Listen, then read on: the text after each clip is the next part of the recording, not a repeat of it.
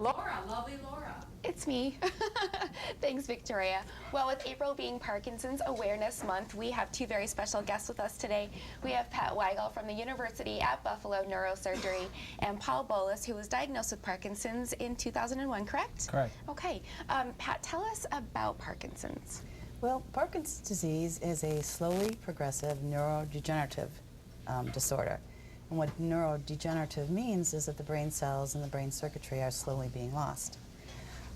Patients with Parkinson's will display some symptoms such as tremor, which most people are very familiar with, or bradykinesia, which means slowness of movement, rigidity or stiffness of their muscles, and balance and walking issues can be a problem. And when patients are first diagnosed with Parkinson's, medications they do very well for patients for several years. But then somewhere between 5 and 10 years, patients can have difficulty with the medications in that they may cause some side effects or some complications.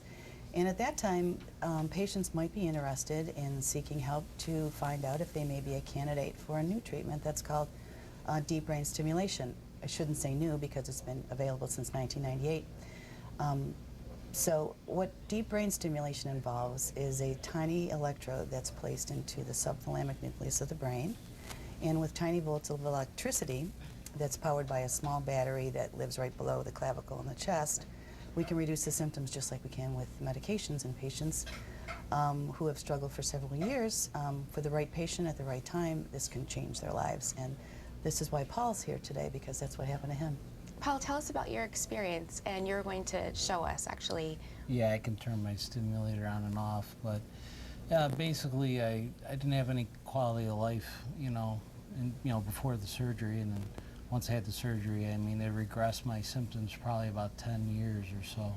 So it was really a godsend. It's really changed my life. It's really given me the freedom again to do things and go back to work part-time and, just try to live a normal life. Okay, and you have your monitor on now. Yeah, I have it on now, and I can shut it off. Okay. And I'll do that for you. Again, she said it's in the clavicle. I'll shut it off. Wow. And how long have you had this monitor? I got it installed about a year ago, so. So Paul would spend most of his time at home in his apartment. His medications would work in after 3 hours. They may have worked for 20 minutes. So he had 20 minutes out of every 3 hours to get a shower, to get cooking done. And basically he didn't have a social life, didn't go anywhere.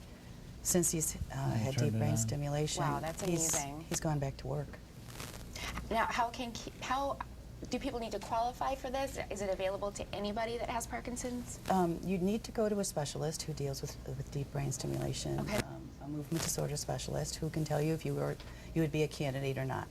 But yes, there are requirements. If you're healthy, if you don't have thinking problems, if your medications are still working, but not as well as they once used to, okay, you would be a candidate for surgery. All right, thank you so much, Pat and Paul, for joining us today.